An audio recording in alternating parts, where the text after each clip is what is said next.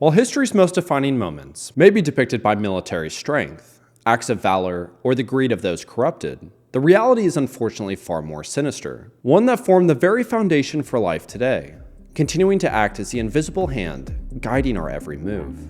This is propaganda. Although propaganda has been a powerful force throughout history, its first widespread and systematic use in the modern era occurred during World War I. Prior to the United States intervention, President Woodrow Wilson firmly advocated for U.S. neutrality towards foreign conflicts, a stance that played a significant role in his narrow re-election in 1916, under the slogan, "He kept us out of war." However, just 5 months after his re-election, the United States entered World War I, prompted by Germany's violation to suspend unrestricted submarine warfare and its attempts to form an alliance with Mexico. Wilson's re-election slogan ultimately masked a far deeper ambition, but one that would not be gained through battlefield victories, but through a psychological campaign against his own nation. While some military officials called for strict censorship of the anti-war press, George Creel, a journalist and former commissioner of the Denver Police Department, proposed a different approach. A comprehensive propaganda campaign, shifting American values and promoting patriotism in pursuit of Wilson's vision of a new world order, and as a hero of democracy. Wilson, impressed by this strategy, appointed Creel to head the newly established Committee on Public Information. Creel assembled a team of distinguished professionals, including celebrated illustrators, acclaimed professors, Pulitzer Prize-winning novelists, and renowned commentator, Walter Lippmann. The CPI quickly began to control the portrayal of America in global media, ensuring only images of the US as peacemakers and liberators of democracy. Hollywood was also weaponized, using celebrities as voices of war, and as a way to block all German-made films, both foreign and domestic. US newspapers published over 20,000 columns weekly, demonizing the German military, and promoting expanded presidential powers in foreign relations, all while encouraging Americans to support censorship to ensure a speedy victory. Under Wilson's influence, Congress passed the Espionage Act of 1917, making it a crime to obtain or share information that could harm national security or aid foreign nations, determining that any written materials violating the act or otherwise urging treason were non-mailable matter, with postmasters ultimately denying 74 newspapers mailing privileges. And with the Sedition Act of 1918, these restrictions were expanded, imposing fines of up to $10,000 and a 20-year prison sentence for speech deemed disloyal to the government or war effort. And while the media and government would absolutely not do this today, this propaganda campaign completely shifted American ideals, resulting in nearly 5 million Americans serving in the war, ultimately resulting in Germany to cease military operations in the Western Front with the Armistice of 1918. And as Wilson embarked to France to sign the Treaty of Versailles, signaling the true end of the war, he invited along with him George Creel, and a volunteer of the CPI that had particularly gained Wilson's interests, Edward Bernays, later known as the father of propaganda. Upon arrival, there was an immense outpour of support for Wilson, as he was greeted by over 1 million people, portraying him as a hero, a liberator of democracy, and the man who in the darkest hour of French history saved France. But for Bernays, he simply saw the power of propaganda. As the Treaty of Versailles may have ended the war, it set the stage for a new kind of battle, a war not designed with weapons, but manufactured with desire, one that turned American ideals into its own pills of sedation, fueling an economic machine that would forever reshape the nation's identity. I decided that if you could use propaganda for war, you could certainly use it for peace. And propaganda got to be a bad word because of the Germans using it. So what I did was to try to find some other words. So we found the word Council on Public Relations. While in France, Edward Bernays sent his uncle, the founder of psychoanalysis, Sigmund Freud, a box of Havana cigars. In return, Freud gifted him the Introduction of Psychoanalysis, a book that introduced Bernays to the concept of unconscious motivations. For Bernays, this became the foundation for his belief that consent could be engineered to control and regiment the masses according to our will without their knowing about it. Realizing unconscious forces, not rational thought, were driving human behavior, far beyond what economists considered the rational consumer. Before Bernays, advertising was a simple, logical process. Americans purchased efficient, reasonably priced products as the culture was one of ownership and frugality, so companies didn't see the need to invest in advertising, ultimately leading industrialists to quickly become concerned they would need to shut down factories, as Americans' material needs were quickly becoming satiated. However, Bernays had the solution, as he began to create spontaneous events, or what he liked to call the creation of circumstances, to begin to sell desire. None more famous than the torches of freedom.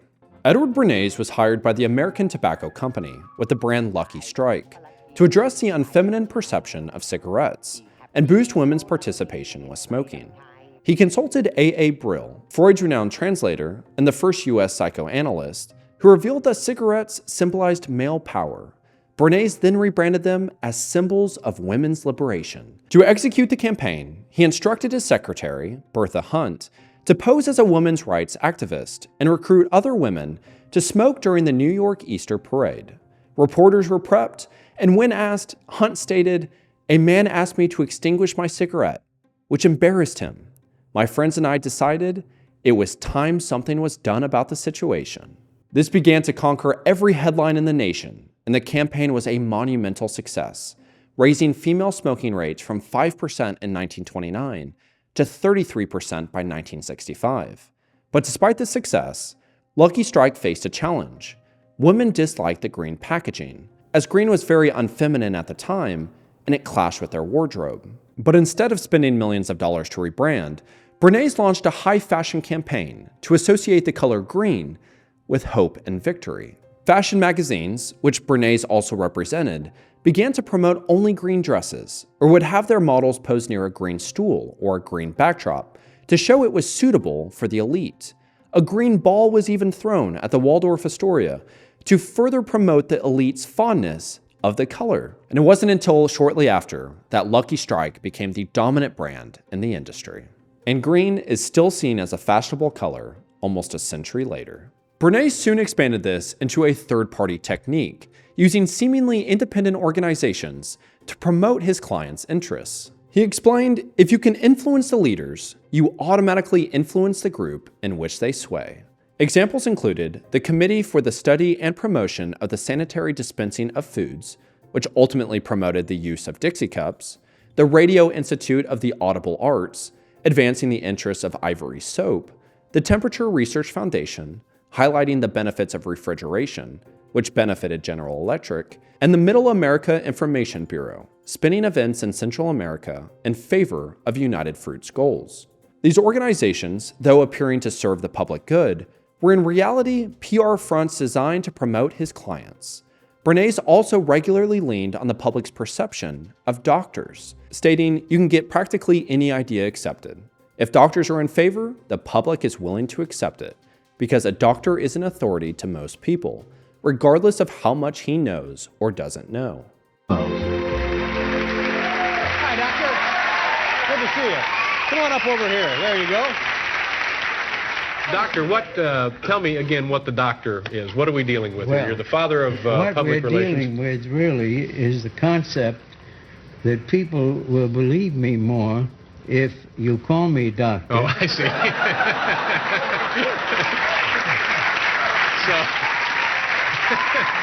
And this is most notably seen with the breakfast we eat and the water we drink. The Beechnut Packing Company, which produced meats such as ham, sausage, and bacon, began to notice that its sales were drastically dropping and hired Bernays to turn the tide. We carried out a letter to 5,000 physicians. Obviously, all of them concurred that a heavy breakfast was better for the health of the American people than a light breakfast. That was publicized in the newspapers.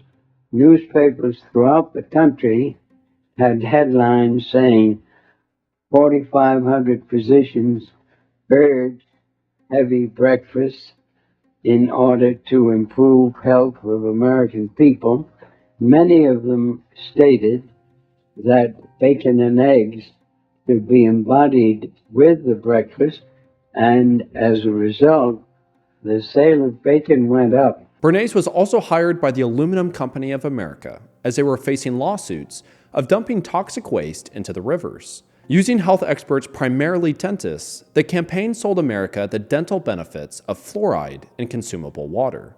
Today, about 75% of the nation's water source contains fluoride, and the Aluminum Company of America was relieved of all of its lawsuits. And advertisers soon began using Bernays' tactics of exploiting subconscious desire, completely altering self-perception, moral virtue, ultimately replacing it with the endless lust of material goods. Car advertisements ignored gas mileage and reliability, and instead presented the car as a symbol of sexual virility, or freedom from the slavery of work and family life. Coca-Cola was no longer a tasty soda, but the gateway to the ideal life. This portrayal of desire also led to the use of predatory psychoanalytic advertisements, known as whisper copy, which preyed upon the viewer's deep, irrational insecurities by conjuring paranoid images of what others might actually be thinking or even saying, specifically targeting women. A 1919 survey found that 70% of women did not feel the need for deodorant, but throughout the 20s and 30s, body odor was portrayed as the reason you could not find a man. With a deodorant brand mom even advertising, "Mary, it's a grand old world and you're missing it. You're a pretty girl, Mary, and you're smart about most things, but you're just a bit stupid about yourself. You love a good time, but you seldom have one.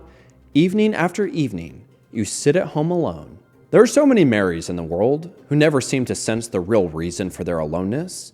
In this smart modern age, it's against the code for a girl or a man either to carry the repellent odor of underarm perspiration on clothing and person. It's a fault which never fails to carry its own punishment, unpopularity, and justly, for it is a fault which can be corrected in just a half a minute with mum. This campaign also manipulated the desire for men, as they now deserved better than a woman who smelled. A famous 1925 Listerine advertisement used headlines of "often a bridesmaid, but never a bride," stating Edna's case was really a pathetic one. Like every woman, her primary ambition was to marry. Most of the girls in her set were married, or about to be, yet not one possessed more grace or charm or loveliness than she. And as her birthday crept gradually towards that tragic 30 mark, marriage seemed farther from her life than ever. She was often a bridesmaid, but never a bride. Why was her life so miserable? She had breath so bad that no one would marry her, or suggest that she use mouthwash. According to advertising historian Julianne Savolka, the Listerine campaign proved so successful that people's behavior changed. The morning mouthwash became as popular as the morning shower. One of the most influential figures of this time was Ernest Ditcher, often called the Freud of Madison Avenue, or Mr. Mass Motivations.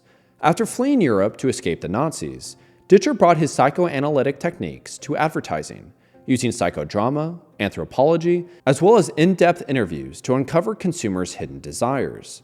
In the 1957 book, The Hidden Persuaders, Vance Packard noted that rows of children lined the halls of Ditcher's New York mansion, where they were watching television while resident psychologists crouching behind special screens secretly filmed and studied their every action, so they could inform advertisers how to manipulate their unconscious minds. Ditcher called such focus groups his living laboratory.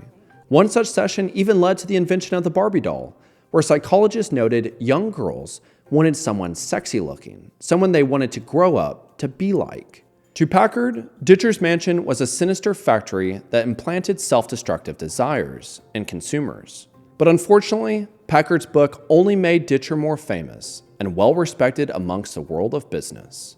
For Ditcher, he saw himself as the general on the battlefield for free enterprise.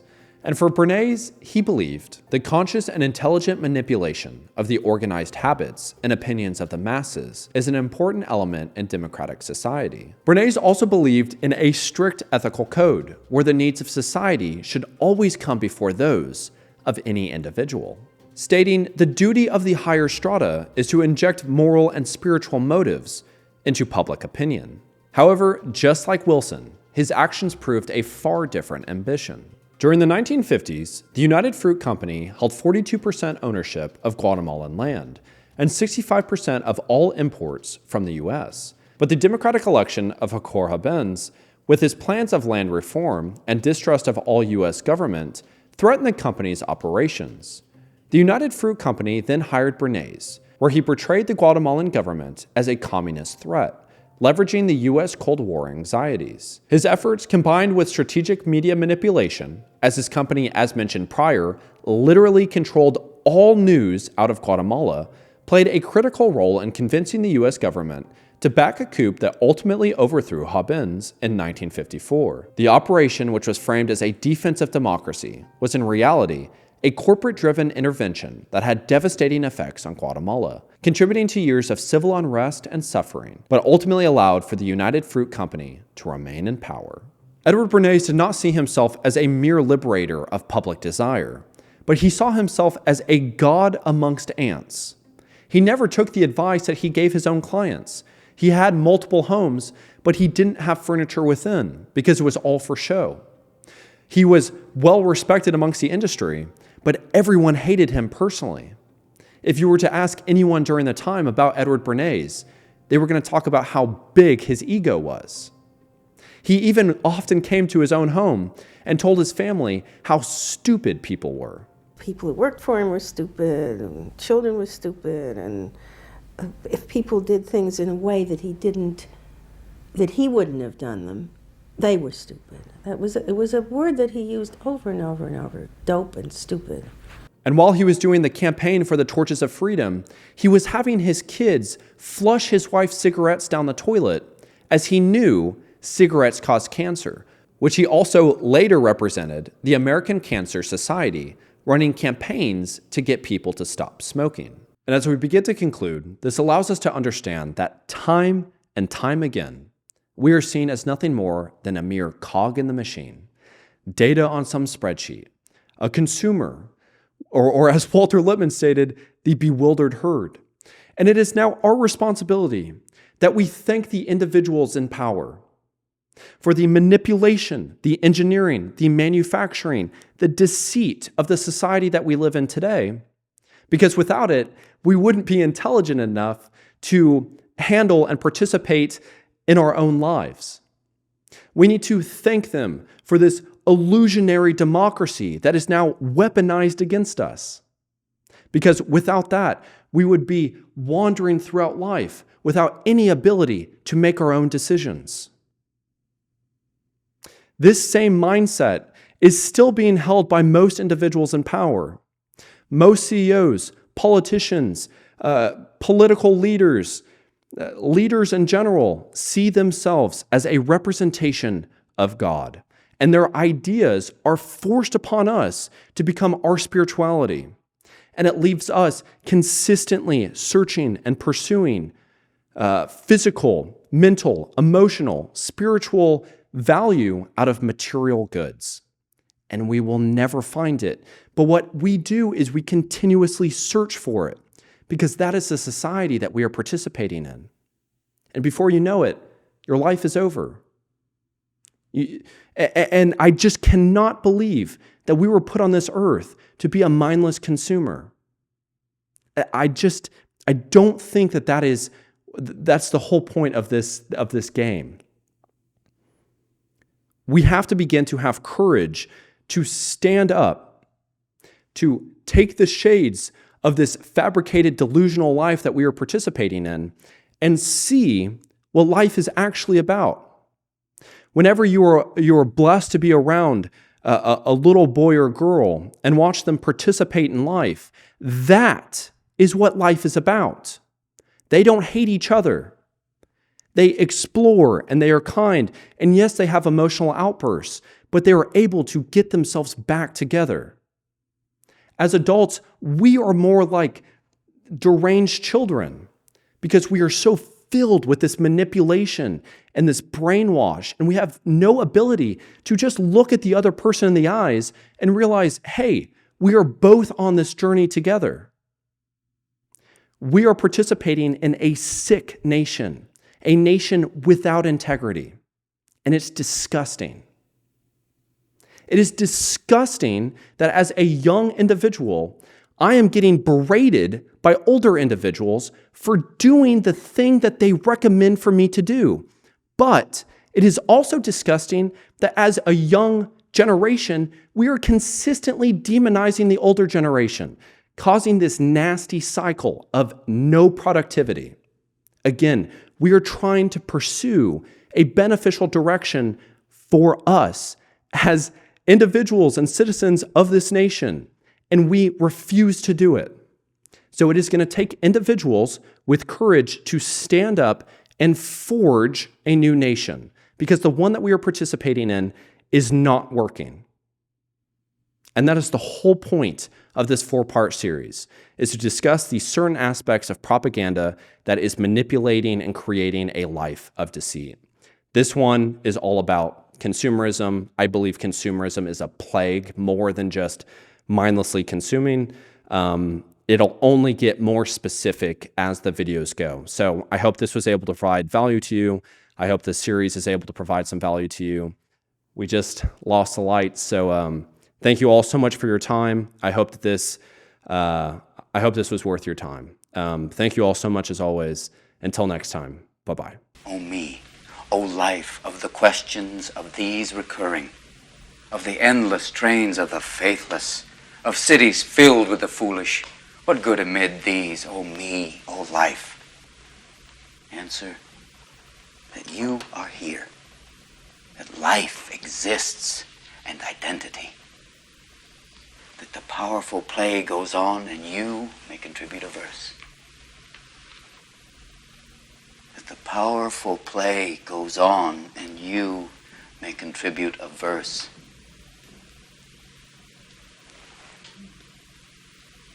What will your verse be?